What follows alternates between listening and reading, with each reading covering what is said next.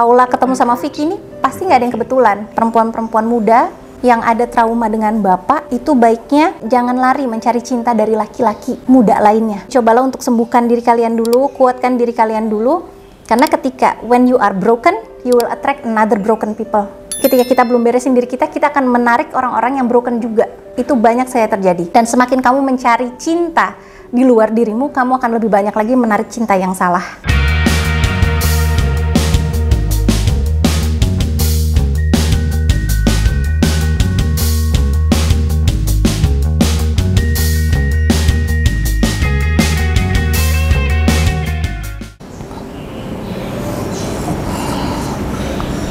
Oke.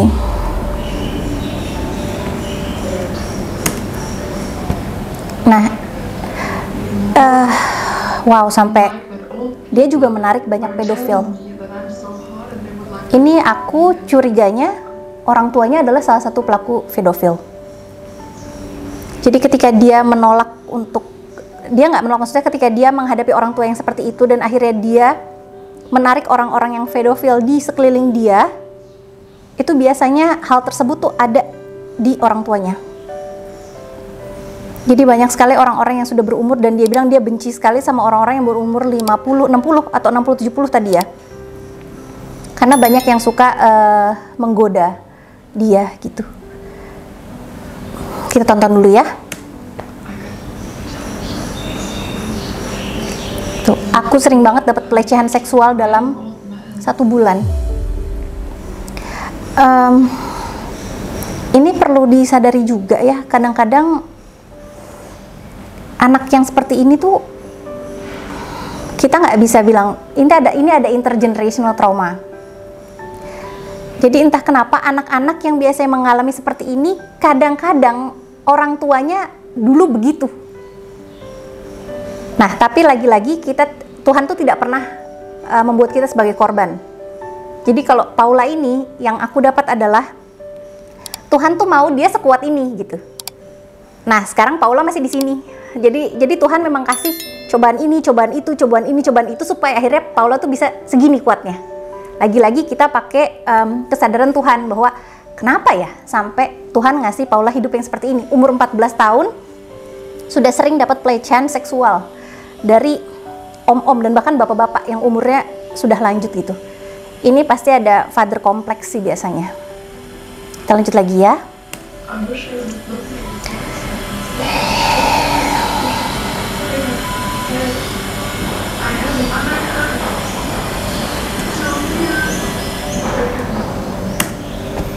Dia sampai udah cukur rambutnya dia supaya dia kelihatannya kayak laki-laki, supaya dia nggak di rape seperti itu lagi. Dia merasa ada yang salah dengan jadi perempuan, karena kalau jadi perempuan jadi dia dilecehkan begitu terus sama orang-orang yang sudah lanjut usia. Ini serius banget sih yang dia alami ya. Tapi coba lihat polanya. Di episode pertama itu polanya beda. Ini polanya beda juga. Jadi kita perlu pahami yang namanya pola itu tadi. Jadi polanya Paula ini adalah sering dibully dan dilecehkan tapi sama yang usianya lanjut gitu. Karena kita perlu lihat tuh pola kehidupan orang, kenapa yang melecehkan, yang membuli, yang melecehkan secara seksuali ke Paula ini yang umur segitu. Nah itu pasti ada urusannya sama usia tersebut adalah usia bapaknya biasanya. Apakah, dan ini bisa ditrace lagi, apakah sebenarnya orang tuanya pengen anak laki, atau ini banyak banget yang bisa ditrace dari sini. Karena kan yang diceritain sama Paula ini kan apa yang dia alami. Tapi kalau kita ketika lagi konseling itu kan kita perlu lihat belakangnya, kenapa ini sampai terjadi gitu. Kenapa yang bully bukan anak muda? Kenapa bukan dibully di sekolah kayak yang episode kita? Karena masing-masing tuh ada pelajaran sendiri apa yang kita kabur dari hidup kita. Tuh. You need to love yourself. Itu penting banget. You need to love yourself. It's for your mental health. Betul banget, Vicky.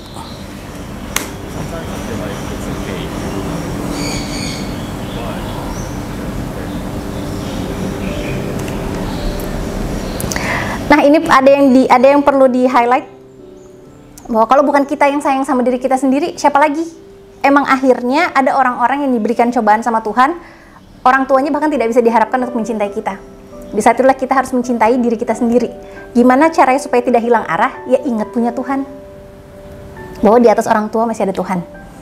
Gitu ya, jadi sayang sama diri kita sendiri. Biasanya orang-orang yang seperti Paula ini hidupnya mujur, biasanya laki, karena Tuhan tuh nggak tidur. Jadi dengan melakukan ini, itu biasanya ada sesuatu yang harus di-unlock sama Paula, yang ketika itu unlock nanti ada hadiahnya khusus buat dia. Gitu. Kadang-kadang kita harus dukung diri kita sendiri. Nah, kita tidak boleh melawan diri kita sendiri. Nah, itu juga bener banget. Kita tuh selalu punya inner voice. Jadi jujurlah pada dirimu sendiri. Nyaman dan tidak nyaman itu biasanya clue dari diri kita, apa yang harus kita lakukan atau apa yang harus tidak kita lakukan. Makanya menjernihkan inner voice itu penting adanya, supaya kita tahu kalau kita itu berharga dan hidup kita itu layak untuk dijalani gitu. Soalnya Paula ini sampai mau bunuh diri, dan ini banyak sekali klienku yang seperti ini, banyak sekali.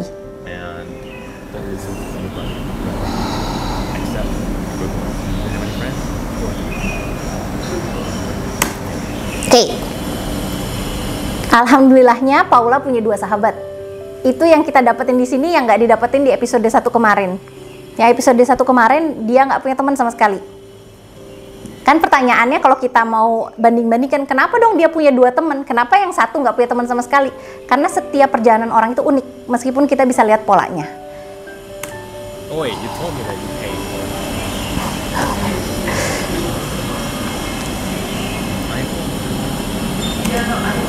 Nah, ini dia. Aku benci orang-orang tua yang umurnya 60 sampai 70 tahun. Nah, ini perlu dicek nih, bapaknya umur berapa? Jangan-jangan bapaknya umur segini. Sehingga akhirnya ketika dia ada yang mengatakan itu ke dirinya itu adalah bapaknya, jadi sehingga yang di luar dia dapat dari orang-orang yang seumuran dengan bapaknya.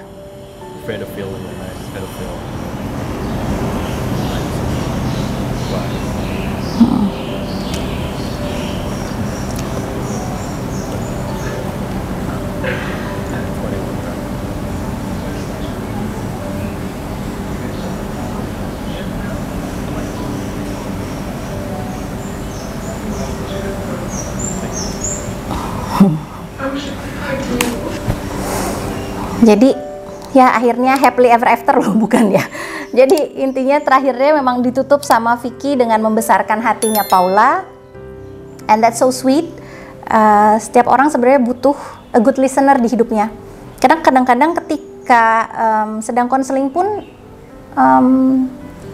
mereka cuma mau didengerin, karena mereka kadang-kadang tahu apa yang harus dilakukan, meskipun banyak juga yang nggak tahu, bener-bener nggak tahu harus ngapain di hidupnya. Tapi kalau kalian mau jadi sesuatu di dunia ini, cobalah jadi a good listener, karena nggak banyak orang yang good listener. Kebanyakan orang hanya listen to reply, bukan listen to understand. Jadi being a good listener is very very good, karena jarang ditemukan di dunia ini. Kebanyakan orang ketika cerita, iya aku kayak gini terjadi sama aku, itu mah masih mending, grup mendang-mending guys. Kalau nggak mending masih mending, kalau nggak mending kan kayak gini gitu. Kalau ada grup mendang-mending ya mending dijauhin aja ya. Itu karena biarin aja. Kadang-kadang banyak orang yang suka merasa perlu lomba-lombaan paling menderita gitu, padahal mah ya lu aja yang menderita, kita mah nggak usah ikut menderita ya. Karena masalah itu terjadi karena kita merasa ada yang salah. Masih ada yang salah. Ya benerin gitu. Gimana caranya? Kalau emang masih muda, masih di umur 20 biasanya, meskipun tidak selalu ya. Kalau masih di umur 20 kan biasanya masih bersama orang tua. Oleh karena itu kita pasti nggak bisa pergi dari orang tua. Kita perlu ada support system, mungkin sahabat yang bisa membuat kita kuat untuk bisa tidak terlalu mendengarkan itu. Kamu bisa, yakin kamu bisa.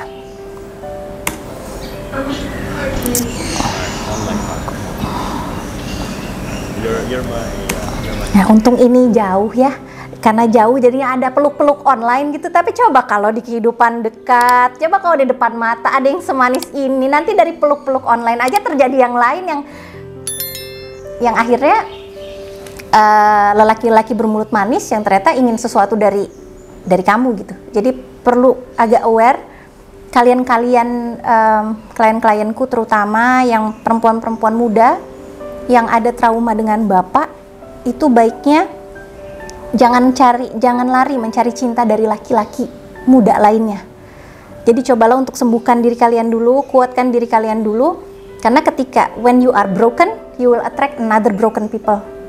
Jadi ketika kita belum beresin diri kita akan menarik orang-orang yang broken juga. Itu banyak saya terjadi. Dan semakin kamu mencari cinta di luar dirimu, kamu akan lebih banyak lagi menarik cinta yang salah. Oke, sekian dari aku untuk sesi yang ini. Coba boleh ya dirangkum di komen apa saja yang kalian dapatkan dari sesi yang ini. Kalau misalnya ada yang ternyata sama dengan kehidupan kalian, boleh juga ditulis misalnya, ya ampun aku juga kayak gitu. Kalian sudah ngapain? Kira-kira apa saja yang bisa kalian sharing, karena sharing is caring.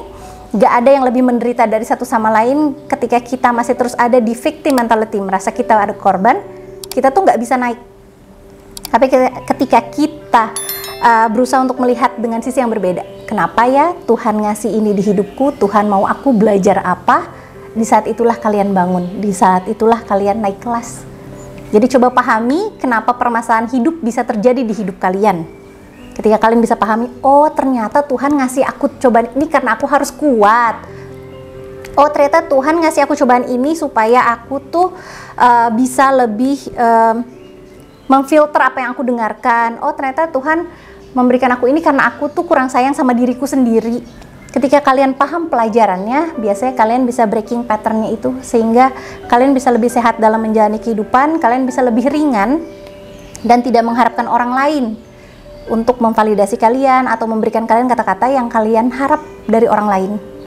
Gitu ya, untuk teman-teman yang sedang mengalami seperti Paula ini, kalian tidak sendiri, kalian nggak sendiri, kalian hanya perlu datang ke profesional lagi-lagi, dan tenang aja kok, Tuhan itu nggak tidur dan Tuhan tidak jahat.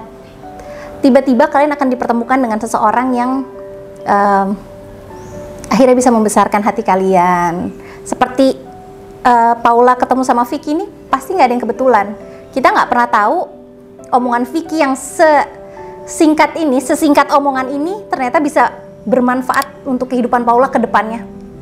Karena begitulah Tuhan ada di hidup kita. Tiba-tiba kita ketemu siapa di sini, ketemu siapa di sini, ketemu siapa di sini untuk bilangin kita pesan-pesan yang harusnya kita dengar. Begitu ya teman-teman. Sekian dari aku, sampai ketemu lagi di episode selanjutnya. Assalamualaikum warahmatullahi wabarakatuh. Dah.